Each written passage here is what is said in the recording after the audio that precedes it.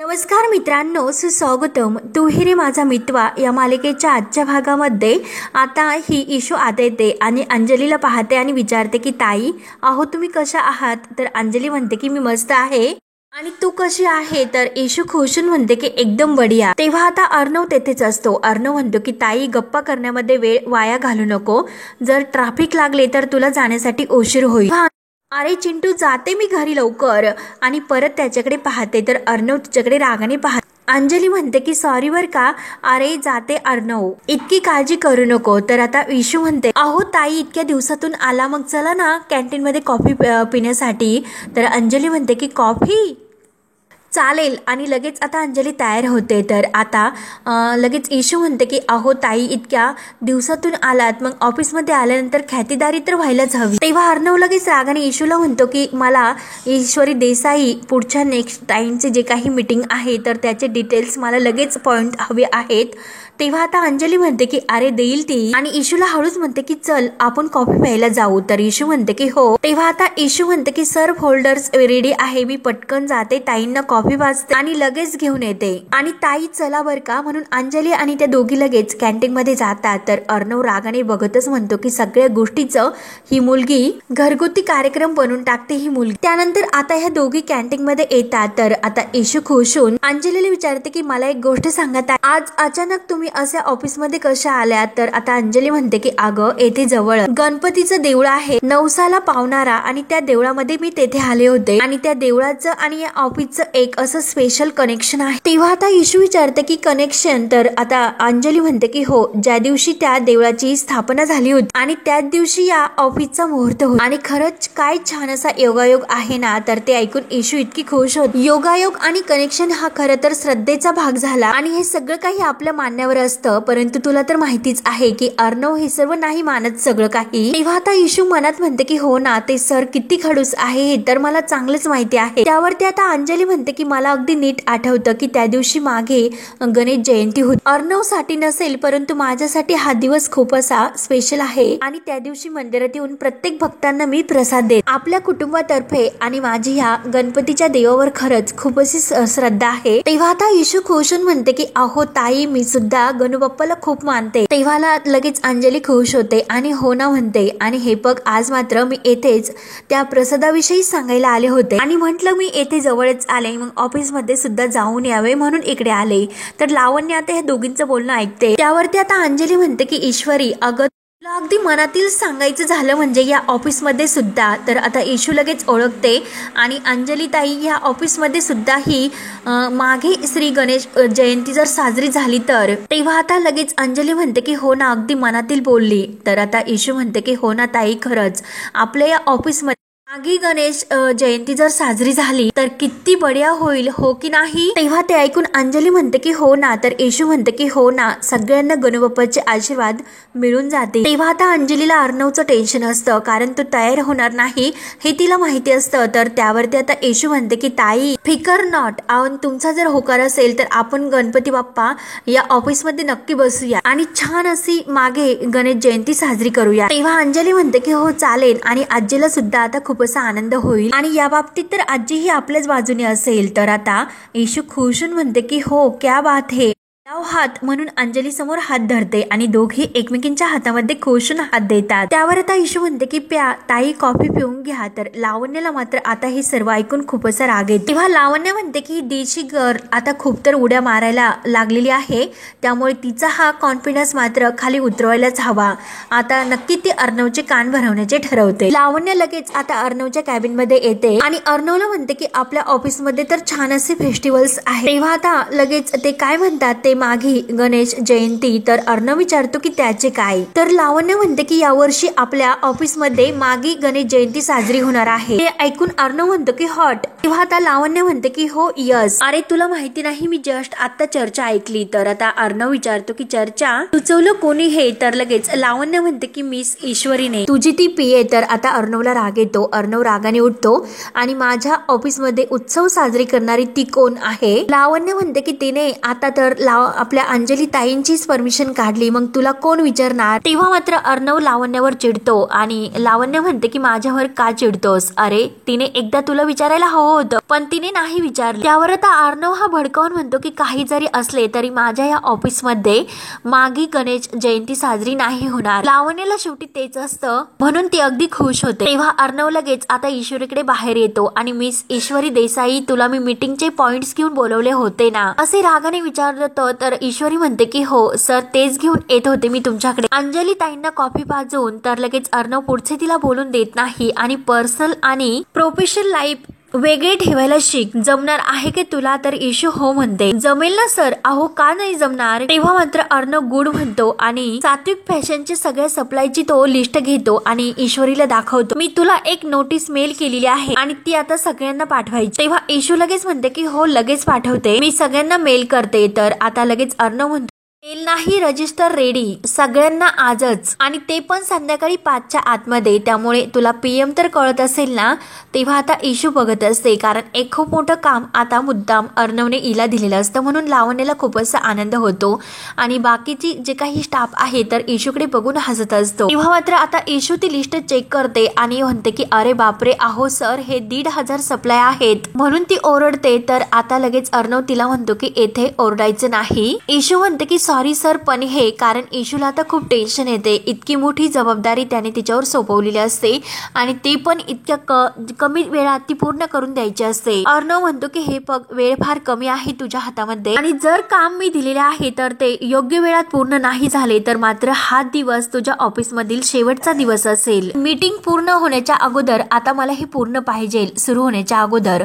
तेव्हा मात्र आता ईश्वरीला टेन्शन येते परंतु लावण्य आता मनात इतकी खुश होते आणि म्हणते की अंजली हात धरून घरामध्ये आणि ARच्या ऑफिस मध्ये घुसण्याचा चांगला प्लॅन ही मुलगी करते पण मी मात्र ते नाही होऊन देणार. त्यानंतर आता इशू त्या लिस्टकडे पाहत असते आणि 12 की ढेर आता 1,500 रजिस्टर रेडी करायचे म्हणून आता तिला खूप टेन्शन येते. त्यानंतर आता इकडे शलाक ही रोडने जात असते. समोर एक लाल शर्ट घातलेला माणूस तिकडे असं तोंड करून चहा घेत असतो परंतु आता शलाकाला असे वाटते की नक्की हा राजेश आहे म्हणून ती रागाने त्याच्याजवळ येते आणि त्याला एक अशी कानामागे द्यायला सुरुवात करणार. तोच ती आता जागेवर येते की नक्की हा दुसरा माणूस आहे म्हणून. जेव्हा ती त्याची गचंडी धरते आणि तेव्हा तिला कळतं की हा राजेश्वर नाही म्हणून. तेव्हा मात्र आता तो माणूस ओरडतो की कोण राजेश्वर? अहो तुम्हाला वेड लागले का? आणि तो माणूस घाईने दुकानदारांचे पैसे देऊन तेथून निघून जातो. तेव्हा आता शलाका म्हणते की हो लागले वेड मला त्या माणसाला शोधण्याचं. त्याच्यावरील रागामुळे मी त्याला शोधते खरं आणि जर मी त्या नराधमाला शिक्षा देऊ शकले नाही तर आणि त्याने जर माझंच काहीतरी बरं वाईट केले तर म्हणून आता शलाकाला खूप असे टेन्शन येते. तेव्हा आता इशू तिचं काम पूर्ण करायला घेते आणि तेथील दादांना म्हणते की मला अजून पेपर्स लागतील आणि आता ते दादा म्हणतात की हो. तर आता इशू मनात त्या अर्णववर खूप अशी रागवत असते कारण हा भडकूचंद मला त्रास देण्याचा एकही मौका नाही सोडत. नक्की काय खाल्ल्याने इतका माणूस कुचकट होत असेल? डाएट फूड आणि विचार करते आणि परत म्हणते की जाऊन दे मला काय करायचे. आणि तेवढ्यात तेथे मंजुताई येतात आणि ईश्वरीला म्हणतात की हे घे मस्त कडक कॉफी घेऊन आणली मी तुझ्यासाठी आणि खास तुला आता गरजच आहे. तर आता इशू खुश होते आणि थँक्यू मंजुताई असं म्हणते आणि खरंच मंजुताई अहो खूप टेन्शन येऊन गेले हो. तेव्हा आता मंजुताई म्हणतात की अगं इशू तू टेन्शन घेऊ नको, तू सर्व काही व्यवस्थित करशील मला माहिती आहे. तर इशू म्हणते की हो ना मंजुताई आता सगळं काही गणबाप्पाच्या भरोशावरच आहे. तेव्हा मात्र आता इशूच्या लक्षात येते. इशू लगेच उठते आणि मंजुताईंना म्हणते की अहो ताई तुम्हाला सांगायचं तर विसरूनच गेले, अहो आपण आपल्या ऑफिसमध्ये मागी गणपती बसवणार आहे. तेव्हा आता इशूचं हे सर्व बोलणं तेथील स्टाफ मधील मुलं आणि मुली ऐकतात. त्यावरती आता ते ऐकून मंजुताई म्हणतात की अगं काहीतरी काय म्हणतेस, मी तुला एकदा सांगितलं की येथे या ऑफिसमध्ये काही साजरं नाही केलं जात. तेव्हा आता इशू म्हणते की अहो अंजलीताई आल्या होत्या ना मग त्यांनीच हे सर्व सांगितले की येथे करूयात म्हणून. अहो त्या गणबाप्पाच्या खूप मोठ्या भक्त आहेत आणि मी तर असं म्हणते आपण आज संध्याकाळीच तयारीला लागूयात. आपण मस्त असं छान ऑफिस मध्ये डेकोरेशन करूयात, मोठमोठ्या रांगोळ्या काढूयात, फुलांच्या माळा लावूयात आणि लाइटिंग सुद्धा करूयात. तेव्हा आता आता मंजुताई हे सर्व ऐकून खुश होतात. त्यावरती आता लगेच ईश्वरी म्हणते की हे बघा बाप्पा विराजमान झाले, म्हणजे त्यांच्या विसर्जनासाठी तुम्ही छान असा साजूक तुपातील शिरा करा बर का. तर मंजुताई म्हणतात की हो हो. ईशू आणि मंजूचे बोलणे ऐकून तेथील एक मुलगा विचारतो की काय झाले, काय साजरं करायचं आहे. तर ईशू म्हणते की अरे दादा, यावर्षी आपण आपल्या ऑफिसमध्ये मागी श्री गणेश आहे ना, तर त्यांची स्थापना करायची आहे, म्हणजे आणि एकदा विसर्जन करायचं आणि त्यासाठी मात्र आजच डेकोरेशनला सुरुवात करायची. तर आता लावण्य हे सर्व ऐकते आणि रागाने ती आता ईशूकडे बघत असते. तेव्हा तेथील एक मुलगी विचारते की अगं पण AR सरांना हे सर्व चालणार आहे का. तेव्हा मात्र आता ईशू म्हणते की अगं मगाशी अंजली ताई आल्या होत्या, मग त्यांनीच हे सर्व सांगितले, मग चालणार आहेच ना त्यांना. आणि हे बघा सगळ्यांनी सगळं काही करायचं आहे, त्यामुळे खूप मज्जा येणार आहे. तेव्हा आता स्टाफ मधील सर्व मुलं आणि मुली तयार होतात आणि वा खरंच मस्त, आपण सर्वांनी सर्व मिळून करूयात, खूपच मज्जा येईल. तर ईशू खुश होते, परंतु लावण्य मात्र हे सर्व ऐकून अगदी तिचा जळफाट होतो. आणि आता अर्णव म्हणजे SR या सरांचे कान भरून मात्र ती आता हे सर्व काही चकनाचूर करणार असते. त्यावरती आता ईशू सर्वांना विचारते की सर्वांना आरत्या तर येतात ना, मी तर आरतीसाठी झांजा सुद्धा घरातून घेऊन येणार आहे, सगळ्यांना गणूबाप्पाचा आशीर्वाद मिळालाच पाहिजे. त्यावरती आता मंजुताई म्हणतात की अगं पण यासाठी पैसे लागतील. त्यावरती आता ईशू म्हणते की हो ना ताई लागतील, पण फिकर नॉट, सगळं काही आपला गणूबाप्पा बघून घेईल. आणि मंजुताई म्हणतात की अगं पण आज. तर ईशू म्हणते की फिकर नॉट, सगळं काही अगदी मनासारखं हो, काही काळजी तुम्ही करू नका. तेव्हा आता मंजुताई खुश होतात आणि ईशूने मस्त असा प्लॅन केलेला आहे हे लावण्याला आता कळतो. तेव्हा ते सर्व ऐकून लावण्य पुढे येते आणि लावण्य आता सर्वांवर ओरडते की काय चाललंय, हे सर्व काम झाले असेल तर आता घरी जा आणि कामाला लागा, जे काही व्यवस्थित काम दिलेले आहे समोर ते काम पूर्ण करून घ्या. आणि मंजूला म्हणते की हा कॅफे आहे का आउट. तर मंजुताई आता लगेच निघून जातात आणि लगेच आता ईशूला म्हणते की हे बघ सात्विक फॅशन जितकी सॅलरी तुला देणार आहे तेवढंच काम करत जा, एक्स्ट्रा काम नाही. गल्ली बोळातील मित्रमंडळ तुला वाटलं की हे ऑफिस म्हणजे हे एक ऑफिस आहे, यातील फरक तर दोघांमधील कळतच असेल.